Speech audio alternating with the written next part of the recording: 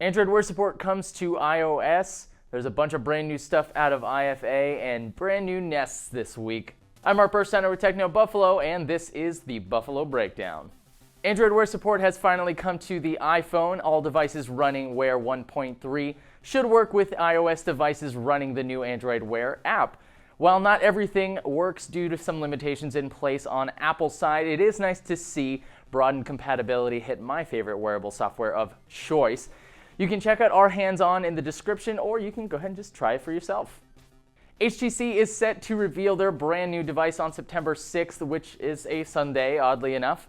By the next time I see you guys, we should have a brand new HTC device to pick apart, and HTC really needs a win here. This is either going to be the device that puts it out of its nosedive or another nail in the coffin, but I am excited to see which it'll be.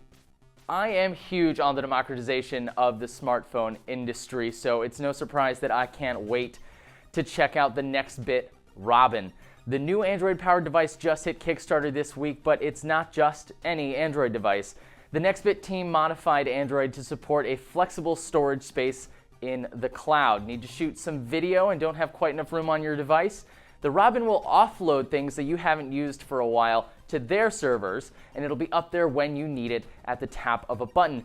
Not to mention the device itself looks friggin' gorgeous. I can't wait to put this thing through its paces. Can't wait to get one here in the office and play around with it. You can check out their Kickstarter video for more information, and we, of course, have a bunch more stuff on the site.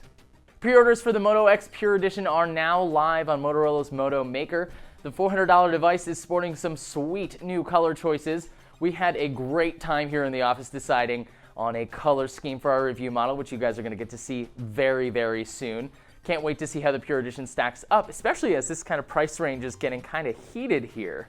Next up, Nest's third generation of devices was announced this week, sporting a larger screen, smaller bezels, faster processors, all kinds of really fun stuff. I'm a huge Nest fan. I have one at home, and the entire line of products that they put out is fantastic. So I'm excited to see the new Nest. Hopefully we'll have one here in the office to check out for you guys.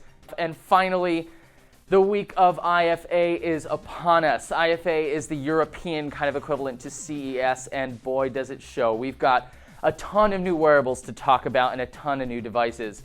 Sony announced a full line of the hotly anticipated Xperia Z5 models, topped out all the way up with the Z5 Premium, which is sporting the world's first 4K display.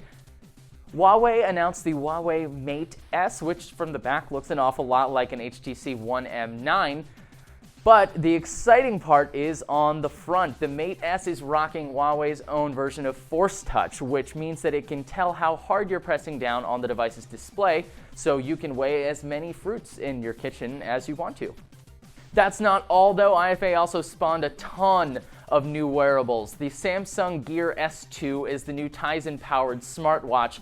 While it does look gorgeous, and I'm really kind of curious about that crown around the display, I'm kind of skeptical that we'll still be talking about this thing in a month. Motorola also introduced new models of the Moto 360, my much beloved device.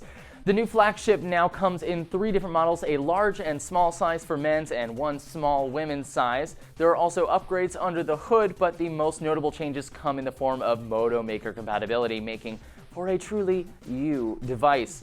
There's also the new Sport model for those of you looking to be a little bit more active with a little rubber strap there. Not to be left out, ASUS announced the ZenWatch 2. It's got quite a bit of bezel, so I can't quite imagine that it's going to do terribly well, but I told you that I would keep you posted on what happened throughout the week, and that happened, so there you have it.